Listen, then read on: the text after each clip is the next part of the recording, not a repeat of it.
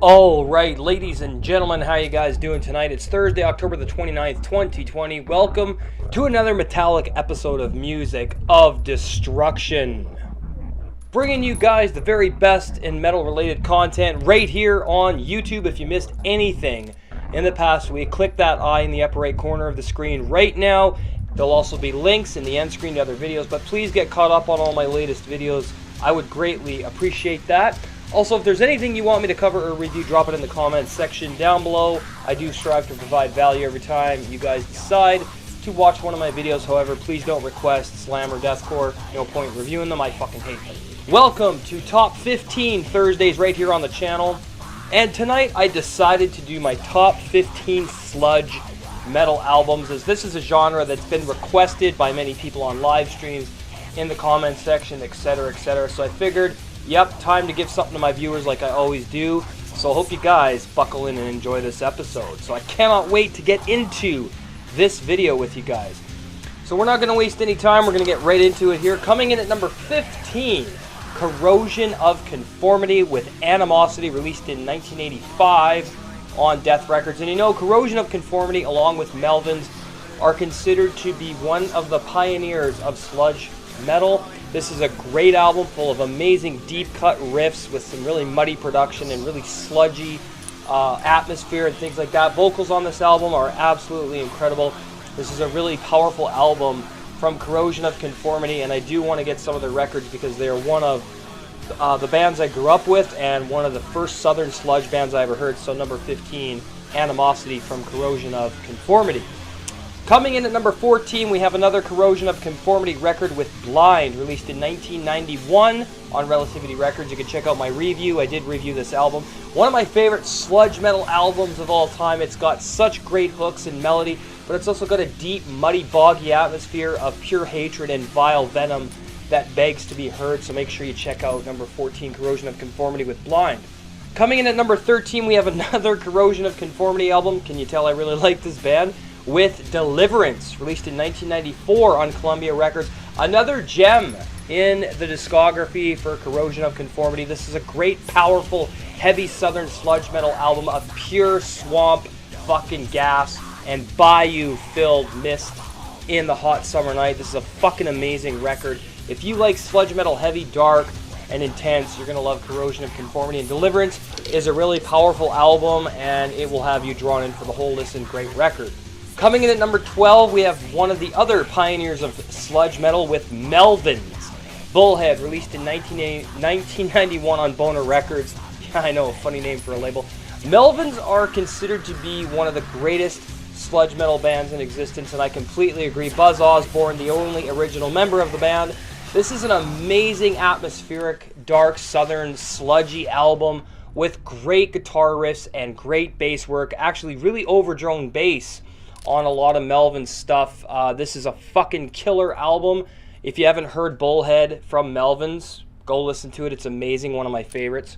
Coming in at number 11, we've got Melvins with Stoner Witch, released in 1994 on Atlantic Records. Yes, another classic here from Melvins. Amazing sludge metal. I could listen to this album over and over when I'm in that mood for sludge metal. One of my favorites. It's powerful, it's heavy, and it's dark. And it's just got some great emotion and some great instrumentation. This is an amazing album.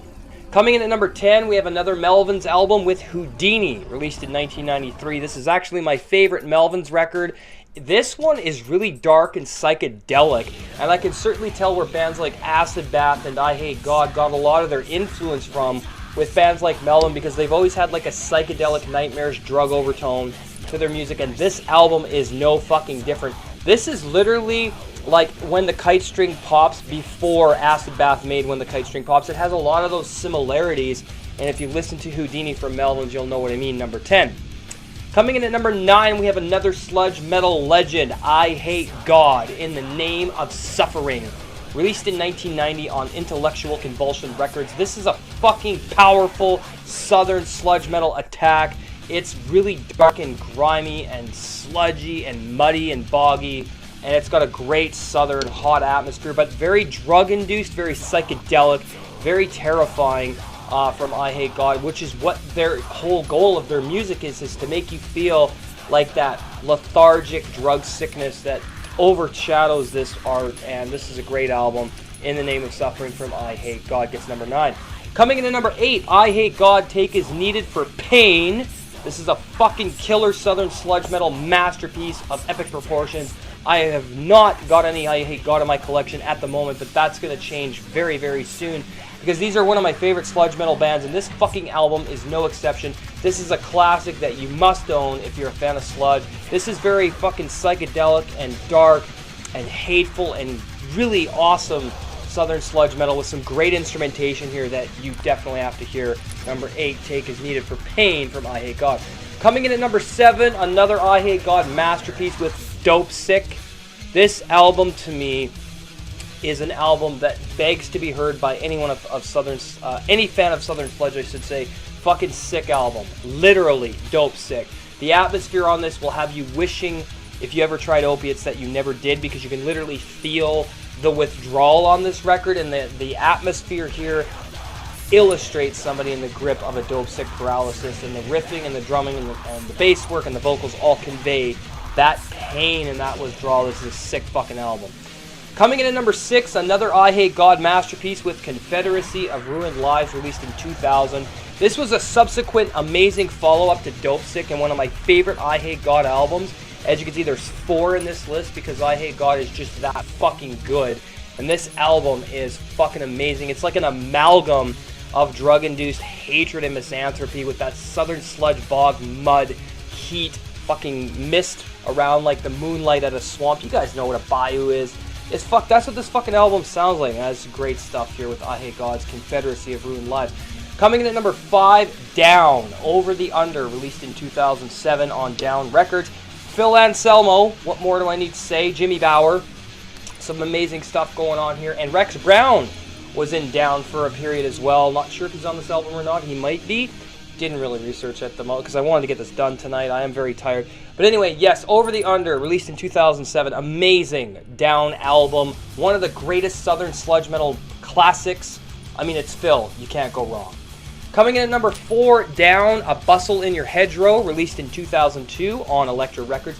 My favorite Down album. I know everybody praises NOLA or New Orleans, Louisiana, but A Bustle in Your Hedgerow is a more than adequate follow-up and actually a better album than New Orleans, Louisiana. To me, this is a fucking sludge metal masterpiece. Atmospheric, dark, powerful, hateful, and very emotional. Make sure you check out Down's A Bustle in Your Hedgerow. Coming in at number 3, and a lot of people probably don't know about this album, Shroom, Red Devils and Purple Ringers, playing in the background right now. I wanted to get this album into this video. Released independently on cassette in 1997, formed by Joseph Fontenot and Audie Petrie before he died. This is like Acid Bath cranked to fucking 20, and you can definitely hear where Pagan Terrorism Tactics got a lot of its influence, because I believe that this album was going to be part of Acid Bath's 3rd record if Audie didn't die. But Shroom was an amazing band, and this album was written between When the Kite String Pops and Pagan Terrorism Tactics from Acid Bath, and it's a fucking psychedelic nightmare of black death metal, sludge metal, and psychedelic fucking terror. It's hallucinogenic madness, to say the least. This is like a bad mushroom trip cranked to fucking 50. You'll love this album. If you can find Shroom, Red Devils, and Purple Ringers, pick it up, and let me know if you find a copy, because I definitely want it. Coming in at number 2, Acid Bath, Pagan Terrorism Tactics, a classic released in 1996 on Rotten Records. It's Acid Bath, man. What more needs to be said? Dark nightmarish, psychedelic, fucking terror, sludge doom, atmospheric misanthropy. Amazing album. Pagan Terrorism Tactics gets number 2 from Acid Bath. Coming in at number 1, Acid Bath, When the Kite String Pops. Probably the most terrifying psychedelic sludge doom metal album ever fucking conceived. Next to Shroom's, Red Devils, and Purple Ringers, I would put these two tied together, but these are the top 3 obviously, but Acid Bath, When the Kite String Pops. Check out my review of it. I did both this one and Pagan Terrorism Tactics. This is an incredible album. It's Acid Bath. It's When the Kite String Pops. It's timeless. It's atmospheric. It's dark. It's hateful. It's heavy. It's grim. It's depressing. It's psychedelic. And it's a fucking nightmare of a ride. All about John Wayne Gacy's mindset and probably the drugs that were involved with the creation of this record from the members of the band. Amazing stuff here. Acid Bath, When the Kite Stream Pops, my #1 sludge metal album of all time, and should be in your top 5, I would say, if you're a fan of sludge metal as well. Well, there you have it, guys. Another top 15 in the books. Hope you enjoyed. And hey, if you're new, make sure to hit that subscribe button and turn on the bell so you get notified whenever I post a new video. Follow me on Twitter and Instagram at Music of Destruction. Join the Facebook group, facebook.com/groups/Music of Destruction. The Seed episode 27. The History of Death Metal Part 3 is going up on Patreon. They're fixing their servers right now. Maintenance is scheduled for the next 24 hours, so I'll be putting it up tomorrow night for you guys. It will be up on Patreon. For $5 a month, you'll get access to these podcasts. Please go to patreon.com/Music of Destruction. Your support helps go to new lighting. I'm getting a bigger studio. I'm going to get better computer hardware so I can render videos faster. I want to get a 4K camera as well to make my videos stand out a lot more. Getting Sony Vegas 18, all that great stuff is what your support will go to help keep this channel getting better and better. So thank you for your support. $1 a month if you want to support that way will help as well. I'll give you shout outs on my channel and connect with you on social media and possibly review albums of your choosing, provided it's not slam or core, but make sure you make those requests if you're a $1 supporter. Colton James and myself, Reviews on the Run, brand new YouTube channel we have coming up in the coming months. We're getting equipment for that, saving up to get all that stuff. We're going to have a beautiful studio out in the living room with a huge, massive green screen and really great lighting. That's going to be an amazing fucking channel. I can't wait to show you guys what we have in store, so let's check out a clip. You know what she did? Your canting daughter? What should be done with him?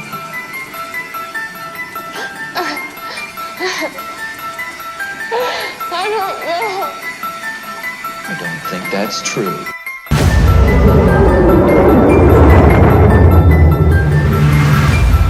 I know while you're working in the region where she went missing, you're still looking, aren't you?